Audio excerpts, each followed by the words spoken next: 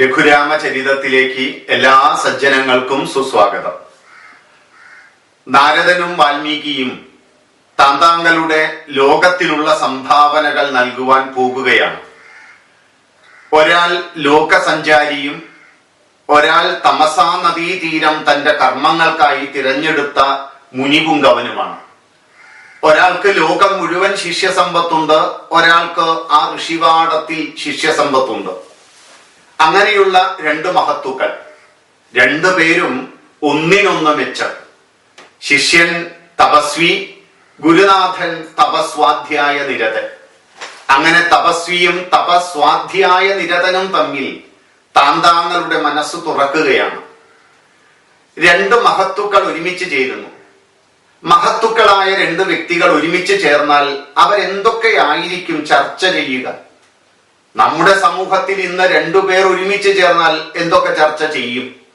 നമ്മൾ ചർച്ച ചെയ്യുക നമ്മുടെ ജീവിതവുമായി ബന്ധപ്പെട്ട ഭൗതിക സാഹചര്യങ്ങളായിരിക്കും. സ്വർണത്തിന് വില കൂടുന്നു, ഒരു വസ്തുവും വാങ്ങാൻ സാധിക്കുന്നില്ല, IPL ക്രിക്കറ്റിനെ കുറിച്ച് ചർച്ച ചെയ്യുന്നു, വസ്ത്രങ്ങളെ കുറിച്ച്, ഭക്ഷണങ്ങളെ കുറിച്ച്, രാഷ്ട്രീയത്തെ കുറിച്ച്, സ്ഥാനമാനങ്ങളെ കുറിച്ച്, ഇങ്ങനെയൊക്കെ നാം ചർച്ച ചെയ്യുന്നു. പക്ഷേ ലോകത്തെ കുറിച്ച് ചിന്തിക്കുന്ന, സമൂഹ മനസ്സിനെ കുറിച്ച് ചിന്തിക്കുന്ന മഹത്തുക്കളാണെങ്കിലോ അവരെപ്പോഴും ചിന്തിക്കുന്നത് ലോകോപകാരാർത്ഥമാണ്. സജ്ജനങ്ങൾക്ക് സദ്ഗതി ഉണ്ടാകുവാൻ പറ്റുന്ന കാര്യങ്ങളെ കുറിച്ച് അവർ ചിന്തിക്കുന്നു, ചർച്ച ചെയ്യുന്നു. അപ്പോൾ മഹത്തുക്കൾ ചർച്ച ചെയ്യുന്നത് ഭാവി ഭാരതത്തെ ഭാസുരമാക്കുവാൻ വേണ്ടിയിട്ടുള്ള മനസ്സാണ് അവരുടേത്. അതിനു പറ്റിയ ചർച്ചകൾ നടത്തുന്നു അവർ രണ്ടുപേരും. അവർ നിലനിൽക്കുന്നത് സമാജമാകുന്ന നിൽപ്പുതറയിലാണ്. വ്യക്തിപരമോ കുടുംബപരമോ അല്ല അവരുടെ ചർച്ചകൾ. അതുകൊണ്ട് തന്നെ ശിഷ്യനായ വാൽമീകിയുടെ ചോദ്യം തന്നെ ലോകോപകാരാർത്ഥമാണ്.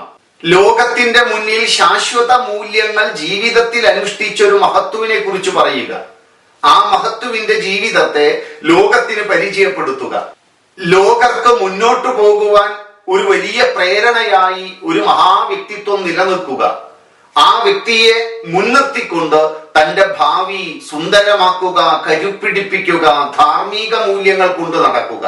അതുകൊണ്ടാണ് വാൽമീകി രാമായണത്തിലെ മനോഹരമായ ആ ചോദ്യം ആരംഭിക്കുന്നത് കോന്നോസ്മിൻ സാമ്പ്രതം ലോകേ ഗുണവാൻ കസ്യ വീര്യവാൻ എന്നുള്ള ചോദ്യം ആരംഭിക്കുകയാണ്. ആ ചോദ്യത്തിന്റെ കൂടുതൽ ഭാഗങ്ങളെ നമുക്ക് അടുത്ത ക്ലാസ്സിൽ പരിചയപ്പെടാം. അതുകൊണ്ട് മഹത്തുക്കളുടെ ചർച്ചയെ സംബന്ധിച്ചും, മഹത്തുക്കൾ എപ്പോഴും സമാജത്തിൽ നിന്നുകൊണ്ട് ചിന്തിക്കുന്നു, ഭാവിയെ സഫലമാക്കുവാൻ വേണ്ടി ലോകർക്ക് എന്തൊക്കെ സംഭാവന നൽകാൻ സാധിക്കുമെന്നുള്ള കാര്യങ്ങളാണ് നമ്മൾ ഈ ഒരു കഥാഭാഗത്ത് ചിന്തിച്ചത്. നമ്മുടെ ജീവിതത്തിൽ ഇത്തരം ചില ധാർമ്മിക മൂല്യങ്ങളെ കുറിച്ച് രണ്ടുപേർ ചേർന്ന് ചർച്ച ചെയ്ത് സമൂഹത്തിൽ അപ്പോൾ ഉണ്ടാകുന്ന മൂല്യശോഷണങ്ങൾക്ക് നമുക്ക് പ്രതിവിധി കണ്ടെത്താൻ നമ്മുടെ ചർച്ചയിലൂടെ സാധിക്കണം എന്നുള്ള ഒരു സന്ദേശത്തോടു കൂടി ഇന്നത്തെ ഈ ഒരു സത്സംഗം ഇവിടെ സമാപിപ്പിക്കാം. വാക്കുകൾ ഉപസംഹരിക്കുന്നു. നന്ദി, നമസ്കാരം.